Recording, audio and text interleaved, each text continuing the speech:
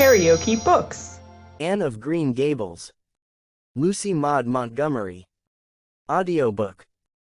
Chapter 18. Anne to the rescue. All things great are wound up with all things little. At first glance, it might not seem that the decision of a certain Canadian premier to include Prince Edward Island in a political tour could have much or anything to do with the fortunes of little Anne Shirley at Green Gables. But it had. It was a January the premier came, to address his loyal supporters and such of his non-supporters as chose to be present at the monster mass meeting held in Charlottetown. Most of the Avonlea people were on Premier's side of politics, hence on the night of the meeting nearly all the men and a goodly proportion of the women had gone to town 30 miles away. Mrs. Rachel Lynde had gone too. Mrs. Rachel Lynde was a red-hot politician and couldn't have believed that the political rally could be carried through without her, although she was on the opposite side of politics. So she went to town and took her husband. Thomas would be useful in looking after the horse, and Marilla Cuthbert with her. Marilla had a sneaking interest in politics herself, and as she thought it might be her only chance to see a real live premiere, she promptly took it, leaving Anne and Matthew to keep house until her return the following day. Hence, while Marilla and Mrs. Rachel were enjoying themselves hugely at the mass meeting, Anne and Matthew had the cheerful kitchen at Green Gables all to themselves. A bright fire was glowing in the old-fashioned Waterloo stove and blue-white frost crystals were shining on the window panes. Matthew nodded over a farmer's advocate on the sofa and Anne at the table studied her lessons with grim determination, despite sundry wistful glances at the clock shelf, where lay a new book that Jane Andrews had lent her that day. Jane had assured her that it was warranted to produce any number of thrills, or words to that effect, and Anne's fingers tingled to reach out for it. But that would mean Gilbert Blythe's triumph on the morrow. Anne turned her back on the clock shelf and tried to imagine it wasn't there. Matthew, did you ever study geometry when you went to school? Well now, no, I didn't, said Matthew, coming out of his doze with a start. I wish you had, sighed Anne, because then you'd be able to sympathize with me. You can't sympathize properly if you've never studied it. It is casting a cloud over my whole life. I'm such a dunce at it, Matthew. Well now, I dunno, said Matthew soothingly. I guess you're all right at anything. Mr. Phillips told me last week in Blair's store at Carmody that you was the smartest scholar in school and was making rapid progress. Rapid progress, was his very words. There's them as runs down Teddy Phillips and says he ain't much a teacher, but I guess he's all right. Matthew would have thought anyone who praised Anne was all right. I'm sure I'd get on better with geometry if only he wouldn't change the letters, complained Anne. I learn the proposition off by heart and then he draws it on the blackboard and puts different letters from what are in the book and I get all mixed up. I don't think a teacher should take such a mean advantage, do you? We're studying agriculture now and I've found out at last what makes the roads red. It's a great comfort. I wonder how Marilla and Mrs. Lynde are enjoying themselves. Mrs. Lynde says Canada is going to the dogs the way things are being run at Ottawa and that it's an awful warning to the electors. She says if women were allowed to vote we would soon see a blessed change. What way do you vote, Matthew? Conservative, said Matthew promptly. To vote Conservative was part of Matthew's religion. Then I'm Conservative too, said Anne decidedly. I'm glad because some of the boys in school are grits. I guess Mr. Phillips is a grit too because Prissy Andrews's father is one, and Ruby Gillis says that when a man is courting he always has to agree with the girl's mother in religion and her father in politics. Is that true, Matthew? Well now, I dunno, said Matthew. Did you ever go courting, Matthew? Well now, no, I dunno's I ever did, said Matthew, who had certainly never thought of such a thing in his whole existence. Anne reflected with her chin in her hands. It must be rather interesting, don't you think, Matthew? Ruby Gillis says when she grows up she's going to have ever so many bows on the string and have them all crazy about her. But I think that would be too exciting. I'd rather have just one in his right mind. But Ruby Gillis knows a great deal about such matters because she has so many big sisters, and Mrs. Lynde says the Gillis girls have gone off like hot cakes. Mr. Phillips goes up to see Prissy Andrews nearly every evening. He says it is to help her with her lessons, but Miranda Sloane is studying for Queen's too, and I should think she needed help a lot more than Prissy because she's ever so much stupider, but he never goes to help her in the evenings at all. There are a great many things in this world that I can't understand very well, Matthew. Well now, I dunno as I comprehend them all myself, acknowledged Matthew. Well, I suppose I must finish up my lessons. I won't allow myself to open that new book Jane lent me until I'm through. But it's a terrible temptation, Matthew. Even when I turn my back on it I can see it there just as plain. Jane said she cried herself sick over it. I love a book that makes me cry. But I think I'll carry that book into the sitting room and lock it in the jam closet and give you the key. And you must not give it to me, Matthew, until my lessons are done, not even if I implore you on my bended knees. It's all very well to say resist temptation, but it's ever so much easier to resist it if you can't get the key. And then shall I run down the cellar and get some russets, Matthew? Wouldn't you like some russets? Well now, I dunno but what I would, said Matthew, who never ate russets but knew Anne's weakness for them. Just as Anne emerged triumphantly from the cellar with her plate full of russets came the sound of flying footsteps on the icy board walk outside, and the next moment the kitchen door was flung open and in rushed Diana Barry, white-faced and breathless, with a shawl wrapped hastily around her head. Anne promptly let go of her candle and plate in her surprise, and plate, candle, and apples crashed together down the cellar ladder and were found at the bottom embedded in melted grease, the next day, by Marilla, who gathered them up and thanked mercy the house hadn't been set on fire. Whatever is the matter, Diana? Cried Anne. Has your mother relented at last? Oh, Anne, do come quick, implored Diana nervously. Minnie May is awful sick, she's got croup. Young Mary Jo says, and father and mother are away to town and there's nobody to go for the doctor. Minnie May is awful bad and young Mary Jo doesn't know what to do, and oh, Anne, I'm so scared. Matthew, without a word, reached out for cap and coat, slipped past Diana and away into the darkness of the yard. He's gone to harness the sorrel mare to go to Carmody for the doctor, said Anne, who was hurrying on hood and jacket. I know it as well as if he'd said so.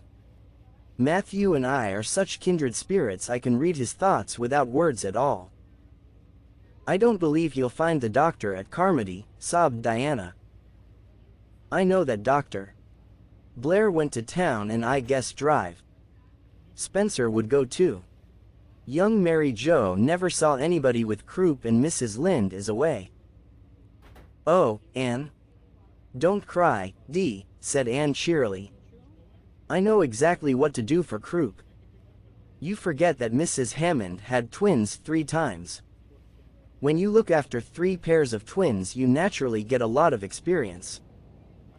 They all had croup regularly.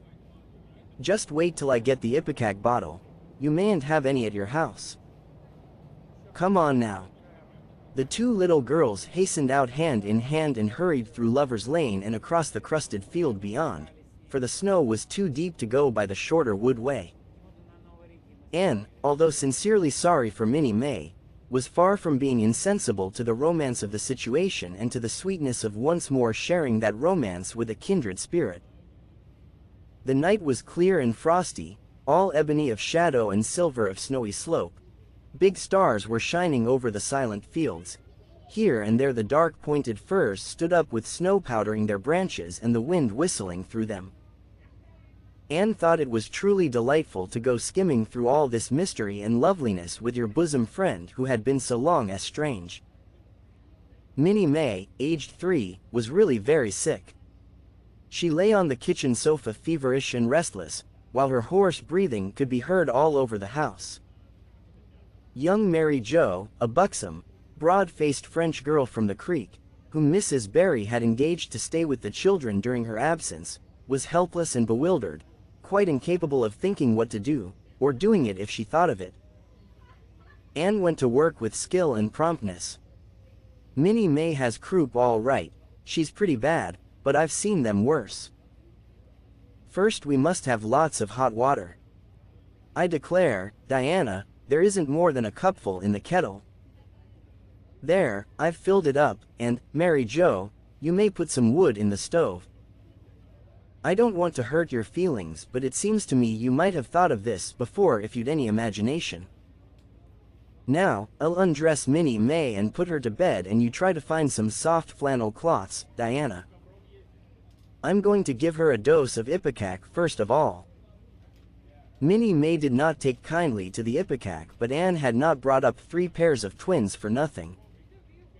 Down that ipecac went, not only once, but many times during the long, anxious night when the 2 little girls worked patiently over the suffering Minnie May, and young Mary Jo, honestly anxious to do all she could, kept up a roaring fire and heated more water than would have been needed for a hospital of croupy babies. It was 3 o'clock when Matthew came with a doctor, for he had been obliged to go all the way to Spencerville for one. But the pressing need for assistance was past. Minnie May was much better and was sleeping soundly. "I was awfully near giving up in despair," explained Anne. "She got worse and worse until she was sicker than ever the Hammond twins were, even the last pair. I actually thought she was going to choke to death. I gave her every drop of ipecac in that bottle, and when the last dose went down I said to myself, not to Diana or young Mary Jo, because I didn't want to worry them any more than they were worried, but I had to say it to myself just to relieve my feelings. This is the last lingering hope, and I fear 'tis a vain one." But in about 3 minutes she coughed up the phlegm and began to get better right away. "You must just imagine my relief, doctor, because I can't express it in words. You know there are some things that cannot be expressed in words." "Yes, I know," nodded the doctor. He looked at Anne as if he were thinking some things about her that couldn't be expressed in words. Later on, however, he expressed them to Mr. Dot and Mrs. Barry. "That little red-headed girl they have over at Cuthbert's is as smart as they make him. I tell you she saved that baby's life, for it would have been too late by the time I got there. She seems to have a skill and presence of mind perfectly wonderful in a child of her age. I never saw anything like the eyes of her when she was explaining the case to me." Anne had gone home in the wonderful, white-frosted winter morning, heavy-eyed from loss of sleep, but still talking unweariedly to Matthew as they crossed the long white field and walked under the glittering fairy arch of the Lover's Lane maples. "Oh, Matthew, isn't it a wonderful morning? The world looks like something God had just imagined for his own pleasure, doesn't it? Those trees look as if I could blow them away with a breath, poof. I'm so glad I live in a world where there are white frosts, aren't you? And I'm so glad Mrs. Hammond had 3 pairs of twins after all. If she hadn't I mightn't have known what to do for Minnie May. I'm real sorry I was ever cross with Mrs. Hammond for having twins. But, oh, Matthew, I'm so sleepy. I can't go to school. I just know I couldn't keep my eyes open and I'd be so stupid. But I hate to stay home, for Gil, some of the others will get head of the class, and it's so hard to get up again. Although of course the harder it is the more satisfaction you have when you do get up, haven't you?" "Well now, I guess you'll manage all right," said Matthew, looking at Anne's white little face and the dark shadows under her eyes. "You just go right to bed and have a good sleep. I'll do all the chores." Anne accordingly went to bed and slept so long and soundly that it was well on in the white and rosy winter afternoon when she awoke and descended to the kitchen where Marilla, who had arrived home in the meantime, was sitting knitting. "Oh, did you see the premier?" exclaimed Anne at once. "What did he look like, Marilla?" "Well, he never got to be premier on account of his looks," said Marilla.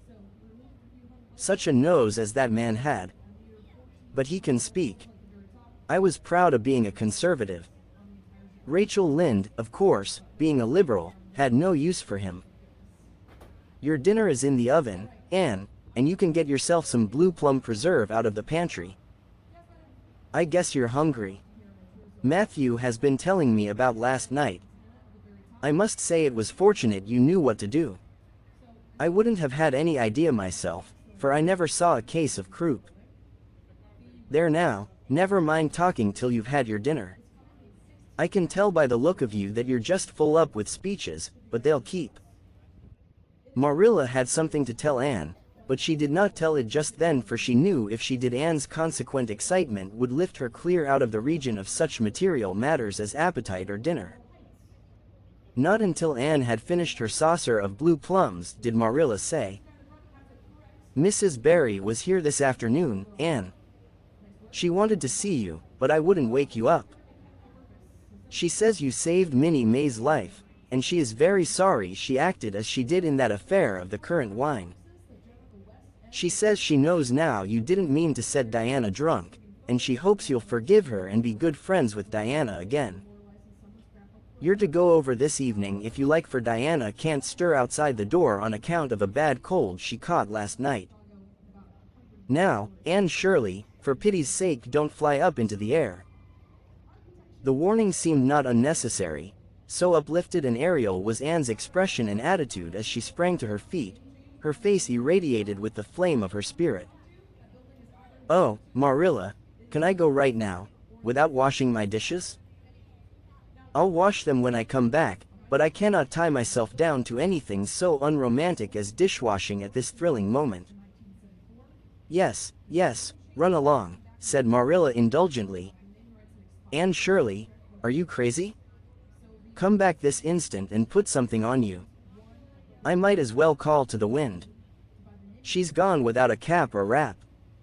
Look at her tearing through the orchard with her hair streaming. It'll be a mercy if she doesn't catch her death of cold." Anne came dancing home in the purple winter twilight across the snowy places.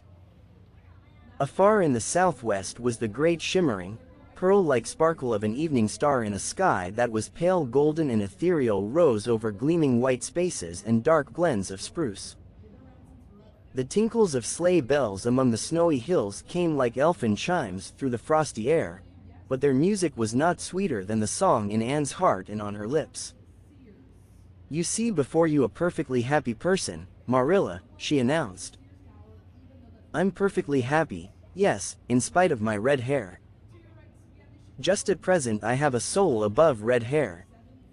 Mrs. Barry kissed me and cried and said she was so sorry and she could never repay me. I felt fearfully embarrassed, Marilla, but I just said as politely as I could, 'I have no hard feelings for you, Mrs. Barry. I assure you once for all that I did not mean to intoxicate Diana, and henceforth I shall cover the past with the mantle of oblivion.' That was a pretty dignified way of speaking, wasn't it, Marilla?" I felt that I was heaping coals of fire on Mrs. Barry's head. And Diana and I had a lovely afternoon. Diana showed me a new fancy crochet stitch her aunt over at Carmody taught her. Not a soul in Avonlea knows it but us, and we pledged a solemn vow never to reveal it to anyone else. Diana gave me a beautiful card with a wreath of roses on it and a verse of poetry. "If you love me as I love you, nothing but death can part us two." And that is true, Marilla. We're going to ask Mr. Phillips to let us sit together in school again, and Gertie Pye can go with Minnie Andrews. We had an elegant tea. Mrs. Barry had the very best china set out, Marilla, just as if I was real company. I can't tell you what a thrill it gave me. Nobody ever used their very best china on my account before. And we had fruit cake and pound cake and donuts and 2 kinds of preserves, Marilla. And Mrs. Barry asked me if I took tea and said, "Pa, why don't you pass the biscuits to Anne? It must be lovely to be grown up, Marilla, when just being treated as if you were is so nice." "I don't know about that," said Marilla, with a brief sigh. Well, anyway, when I am grown up, said Anne decidedly, I'm always going to talk to little girls as if they were too, and I'll never laugh when they use big words. I know from sorrowful experience how that hurts one's feelings. After tea, Diana and I made taffy. The taffy wasn't very good, I suppose because neither Diana nor I had ever made any before. Diana left me to stir it while she buttered the plates, and I forgot and let it burn. And then when we set it out on the platform to cool, the cat walked over one plate and that had to be thrown away. But the making of it was splendid fun. Then when I came home, Mrs. Barry asked me to come over as often as I could, and Diana stood at the window and threw kisses to me all the way down to Lover's Lane. I assure you, Marilla, that I feel like praying tonight, and I'm going to think out a special brand new prayer in honor of the occasion. If you liked what you heard, please subscribe to the channel.